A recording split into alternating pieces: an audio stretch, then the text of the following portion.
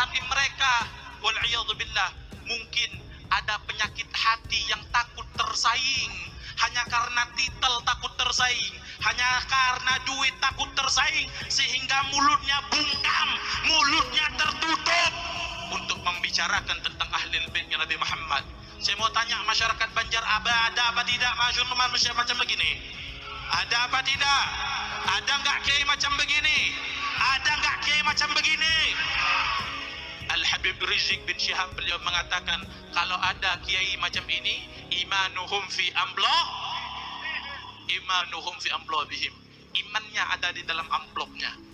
Nah, itu kan jualannya mereka. Tapi sudahlah, karena ini sudah selesai, Narkoba Internasional juga sudah memberikan keputusan bahwa nasabnya tidak tersambung. Jadi sebaiknya para pribumi sadar, jangan lagi ada yang mengundang mereka, para begundal-begundal oknum habaib ini, yang merusak tatanan kebangsaan kita, yang merusak ajaran agama. Tanahku yang ku cintai,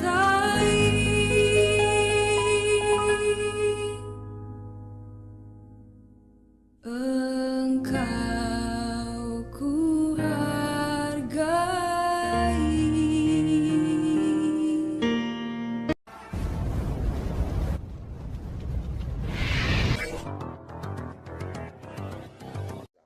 Assalamualaikum warahmatullahi wabarakatuh. Om Swastiastu, Namo Buddhaya, salam kebajikan. Kembali bersama Tolong 9 dari Butapan di Talupi Kabupaten Bulukumba.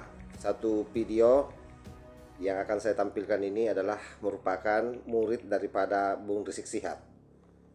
Jadi beliau dengan sangat lantang, sebagaimana ciri-cirinya seorang habaib bocil,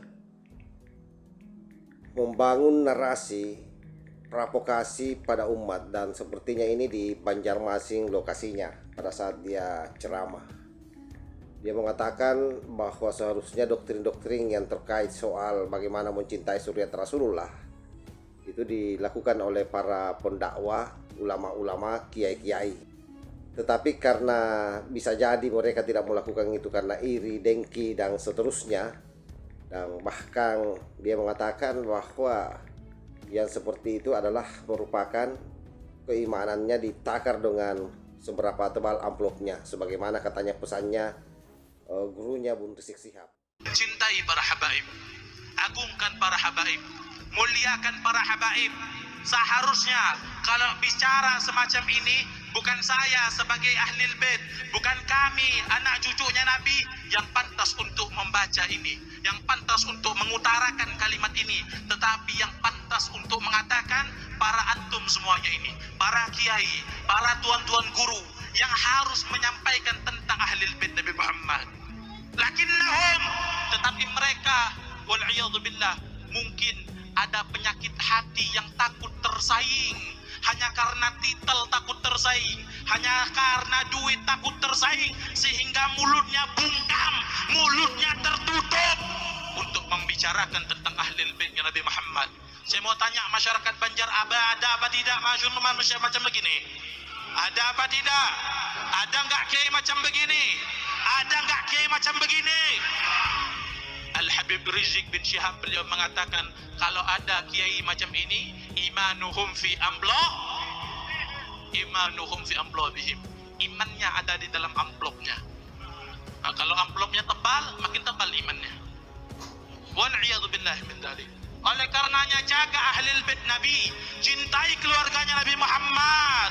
Kami ahlul bait tidak perlu untuk dimuliakan, kalian enggak perlu, sudah dimuliakan oleh Allah Subhanahu wa taala. Allah telah memuliakan ahlul bait, anak cucunya Nabi besar Muhammad. Tetapi perintah Allah agar kalian mencintai ahlul bait. Karena kenapa? Agar kalian punya ikatan dengan Nabi besar Muhammad sallallahu alaihi wasallam. Kami enggak butuh dengan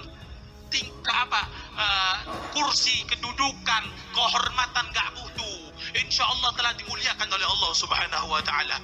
Bahkan Al-Imam Asy-Syafi'i beliau mengatakan tentang ahlul bait, ya ahla baiti Rasulillah, hubbukum fardun min Allah fil Qur'ani anzalahu, kafakum min azimil qadri annakum man lam yusalli alaikum la salata lahu.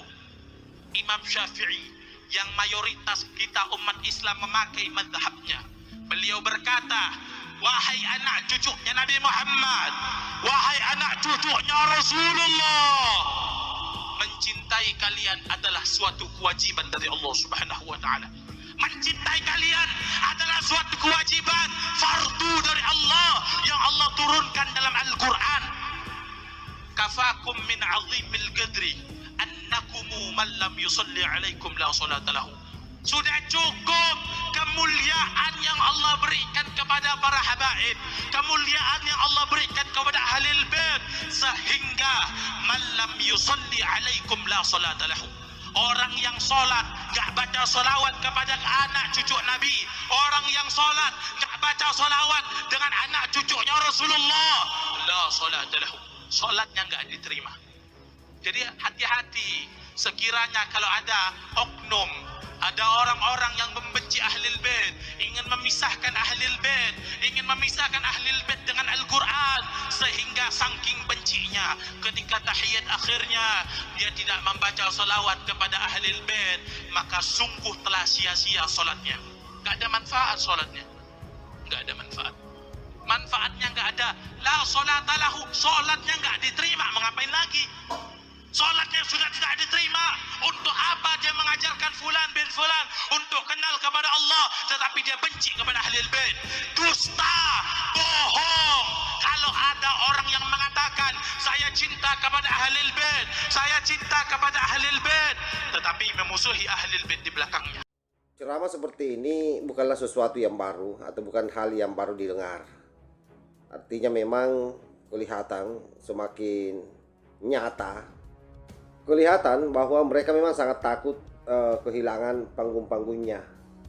Jadi memang selama ini mereka didewa-dewakan, dimuliakan oleh pribumi, dan tentu dengan adanya kajian dari Kiai Imad, hasil penelitiannya yang menyatakan bahwa mereka ini adalah mengaku-ngaku sebagai cucu Rasulullah, dan tentu sangat berharap bahwa masih akan ada pribumi yang akan memanggil dia untuk melakukan ceramah, karena dari situlah pundi-pundi keuangannya.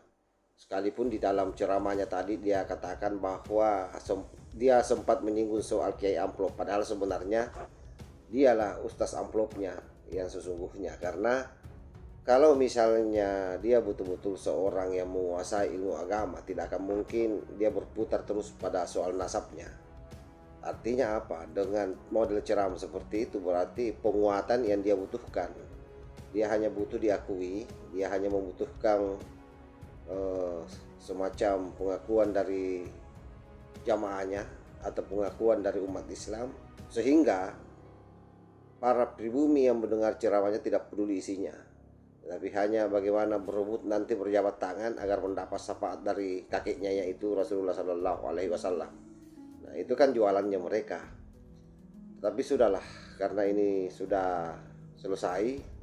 Narkoba Internasional juga sudah memberikan keputusan bahwa nasabnya tidak tersambung. Jadi sebaiknya para pribumi sadar, jangan lagi ada yang mengundang mereka, para begundal-begundal oknum habaib ini yang merusak tatanan kebangsaan kita, yang merusak ajaran agama Islam.